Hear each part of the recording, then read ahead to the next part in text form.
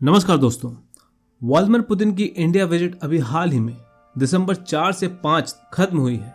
लेकिन सबसे बड़ा सवाल ये है, इस विजिट से आम इंडियन को क्या फायदा हुआ। दुनिया भर में वॉर चल रही है, सैंक्शन लगे हैं, अमेरिका का प्रेशर है, फिर भी रशियन प्रेसिडेंट का इंडिया आना और पीएम मोदी के साथ आवर्स लॉन्ग मीटिंग करना ये कोई छोटी बात नहीं है। आज की वीडियो में हम डिकोड करेंगे 5 बड़े बेनिफिट जो इंडिया को इस विजिट से मिले हैं। क्या इंडिया को सस्ता तेल मिलता रहेगा? डिफेंस डील का क्या हुआ?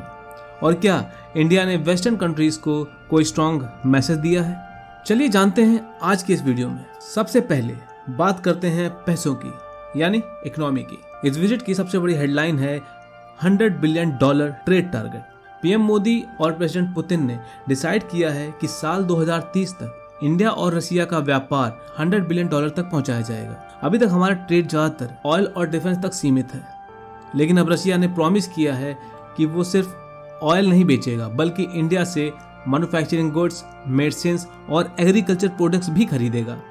इसका मतलब समझ रहे हैं आप, इंडियन कंपनीज के लिए रशिया में एक बड़ा मार्केट खुलने वाला है, जिससे इंडिया में जॉब बढ़ेंगे। नंबर 2 पर है किसानों के लिए बहुत बड़ी खुशखबरी।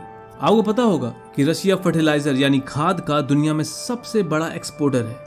इस विजिट में एक बहुत इंपॉर्टेंट डील साइन हुई है। रशिया और इंडियन कंपनीज मिलकर इंडिया में एक ग्रीन फील्ड यूरिया प्लांट लगाएंगे। इसका सीधा फायदा ये होगा कि इंडिया को फर्टिलाइजर के लिए दूसरे देशों पर डिपेंड नहीं रहना पड़ेगा, सप्लाई की शॉर्टेज नहीं होगी और हमारे किसान भाइयों को सही दाम पर खाद मिलेगी। ये मेक इन इंडिया के लिए भी एक बड़ी जीत है। अब आते हैं डिफेंस पर, जो इंडिया रशिया रिश्ते की बैकबोन है।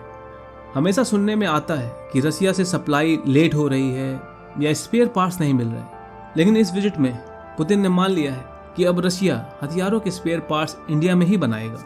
जी हाँ, रशिया टेक्नोलॉजी ट्रांसफर करेगा और जॉइंट वेंचर के थ्रू पार्ट्स इंडिया में मैन्युफैक्चर होंगे। इससे हमारी आर्मी की मेंटेनेंस प्रॉब्लम सॉल्व होगी और फ्यूचर में हम ये पार्ट एक्सपोर्ट भी कर पाएंगे। यानी अब हम सिर्फ बायर नहीं, पार्टनर बन रहे हैं। 4th पॉइंट है एनर्जी सिक्योरिटी। पिछले कुछ सालों में इंडिया ने रशिया से डिस्काउंटेड ऑयल खरीद कर हजारों करोड़ रुपए बचाए हैं।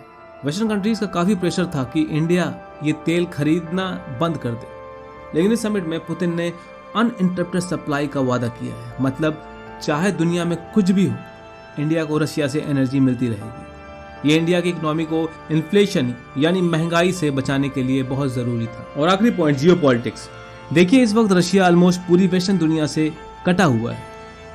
ऐसे माहौल में पुतिन का इंडिया आना और इंडिया को उन्हें ग्रैंड वेलकम देना ये दिखाता है कि इंडिया अपनी फॉरेन पॉलिसी खुद डिसाइड करता है।